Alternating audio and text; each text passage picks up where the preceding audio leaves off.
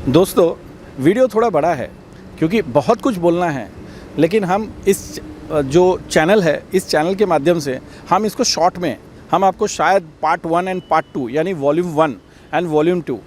इसका हम बनाएंगे। बट आप ज़रूर देखिए और समझिए। आज नवी मुंबई का ये ऐसा कंडीशन है, there are 29 more municipal corporations, there are more parishads और देर आर उसके अलावा और न जाने कितने प्लानिंग एजेंसीज़ जो हैं एग्जिस्टेंस में, जिन्होंने डीपी बनाया है नहीं बनाया है पता नहीं, लेकिन आगे अगर कोई डीपी बनाना चाहता है तो कृपा करके एक्चुअली इसके ऊपर थोड़ा सा गौर फरमाइए और हमारी हरियाली बचाइए। दोस्तों, we require forest, we require green and because that is our fundamental rights. तो आप ज़रूर इसको एक्चुअली देखिए, वॉल्यूम 1 एंड वॉल्यूम 2।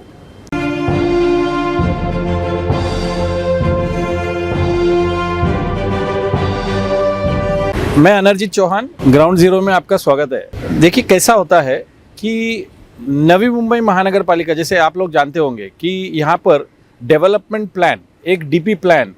मतलब मुझे ये बोलना है कि जिस तरीके से एक प्लानिंग एजेंसी को उसका दर्जा दिया जाता है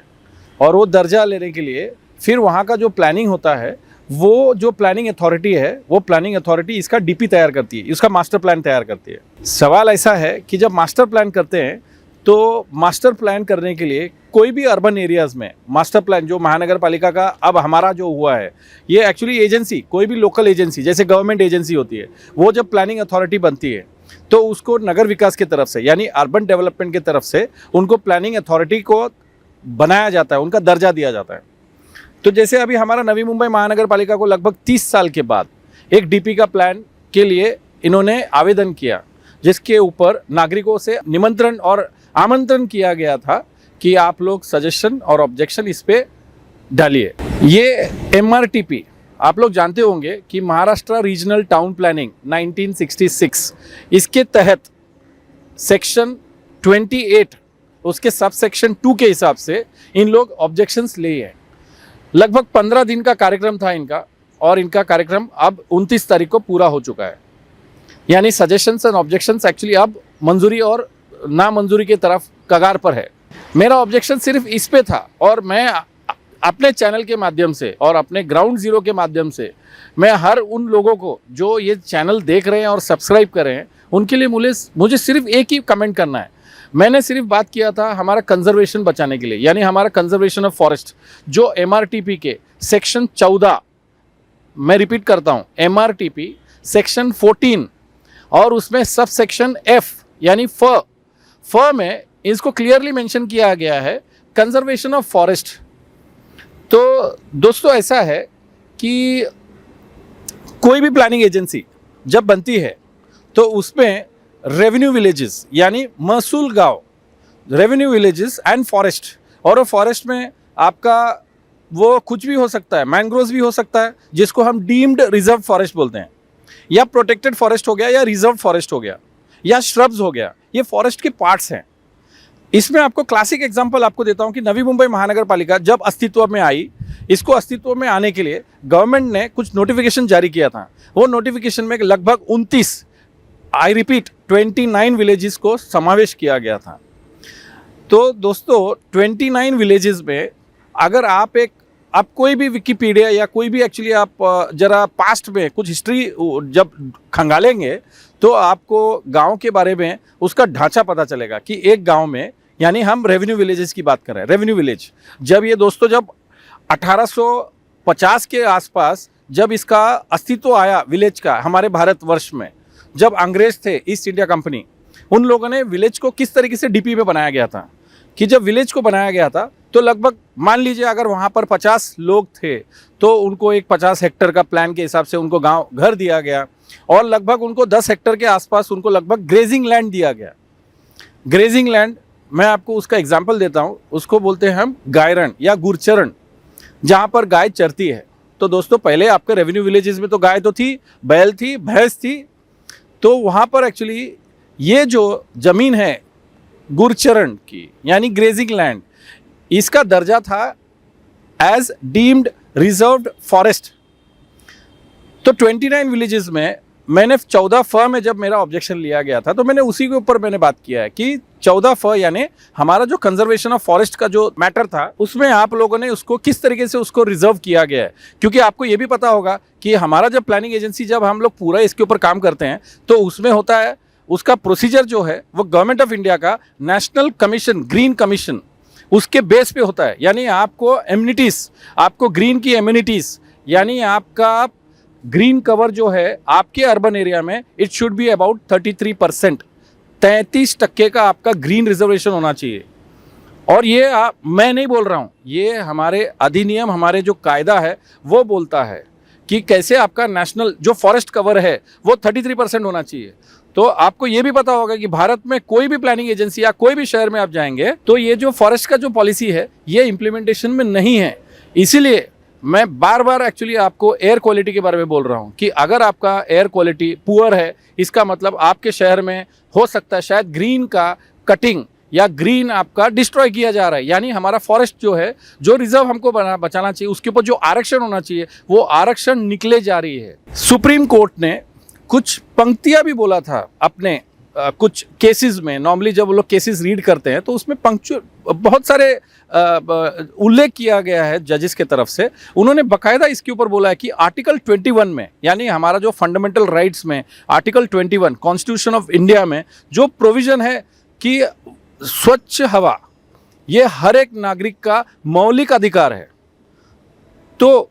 अब मैं हमारा नवी मुंबई महानगर पालिका में मैं वापस आता हूँ कि जब 14 फ के हिसाब से हम कंजर्वेशन कर रहे हैं तो इनका जो आरक्षण है इन लोगों ने फॉरेस्ट के ऊपर क्या किया है, और अगर नहीं किया है तो मेरा सजेशन है उनको कि आप 14 फ के तरफ आप थोड़ा सा कॉन्सेंट्रेट कीजिए ताकि यहाँ के नवी मुंबई के जो रहीवासी हैं वो यहाँ पर एक्चुअली स्वच्छ हवा और उसका आनंद ले, और जो हरियाली होना चाहिए वो आजू बाजू में हरियाली दिखे, न कि हम जंगल को डिस्ट्रॉय करें। और डिस्ट्रॉय करने के बाद एक्चुअली हम जो आप लोग ये जो शहर के चारों तरफ आपको जो चित्र दिख रहे हैं ना, आपको बाघ दिख रहा है, आपको जिराफ दिख रहे हैं, आपको कैमल, मतलब बहुत सारे ऐसे जो है जो वाइल्ड लाइफ प्रजाति जो है उसको हम ख़त्म किए जा रहे हैं। क्यों? क्योंकि हमारी तलब है कि हम शहर बनाने के लिए हम हरियाली और हरा जो रिजर्वेशन है हमने उसको बाईपास करके रखा है। दोस्तों नवी मुंबई की तरफ वापस चलते हुए मुझे ये बोलना है कि जब ये 28 के हिसाब से इनका जब रिजर्वेशन हुआ, इनका जब सजेशन और ऑब्जेक्शन का कार्यक्रम शुरू हुआ तो इसमें बकायदा इसमें मेंशन किया गया है कि सेक्शन 21 जो प्लानिंग में ही एमआरटीपी में 21 एंड 23 के तहत होता है। तो 21 में इनका क्लियर मेंशन करते हैं इन लोग कि ये जो एक्ट आया एमआरटीपी का एक्ट आया 1966 का, उसमें क्लियरली मेंशन किया गया 3 साल, यानी 3 साल के अंदर आपको ये प्लानिंग करना है।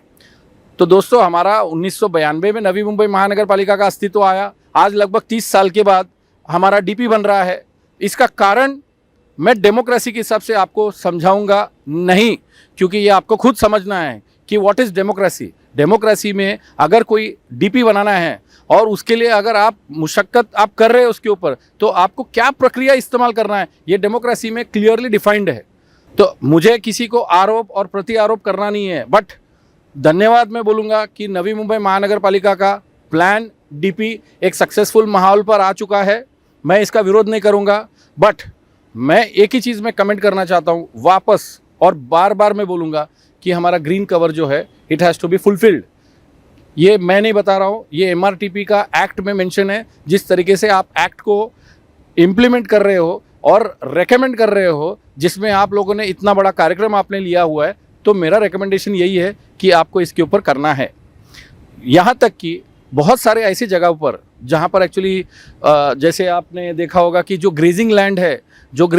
है, मैंने जो आपको पहले बताया कि एक गांव में एक ग्रेजिंग लैंड का मुद्दा बहुत बड़ा है, क्योंकि ग्रेजिंग लैंड के ऊपर ऑलरेडी अभी सुप्रीम कोर्ट ने कुछ जजमेंट दिए हैं, उसमें एक सिटिंग एमएलए के ऊपर एक्शन भी हुआ है, और ये चीज़ एक्चुअली आगे चलता रहेगा, क्योंकि हमारा जो ग्रेजिंग लैंड है which is a forest zone, it is not been permitted under the provisions of the forest. यानी आपका जो FCA, मैं अभी आपको FCA के ऊपर बोलना चाहता हूँ कि फॉरेस्ट कंजर्वेशन एक्ट 1980,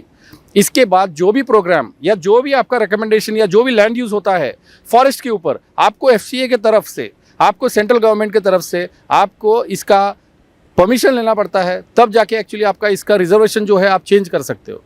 यहाँ तक कि आपका रास्ता जो कच्चा और पक्का वो है, वो भी आपको परमिशन लेना पड़ता है। दोस्तों, इससे ज़्यादा अब मैं कुछ नहीं बोलूँगा। ये आपके ऊपर है कि आपको सोचना है कि आप इसके ऊपर कितना संदेश ले रहे हैं मेरा, और कैसा किस तरीके से इसको इम्प्लीमेंट करेंगे। और आप लोग अपने एरिया में जो भी प्लानिंग अथॉरिटी है और आपके क्षेत्र में,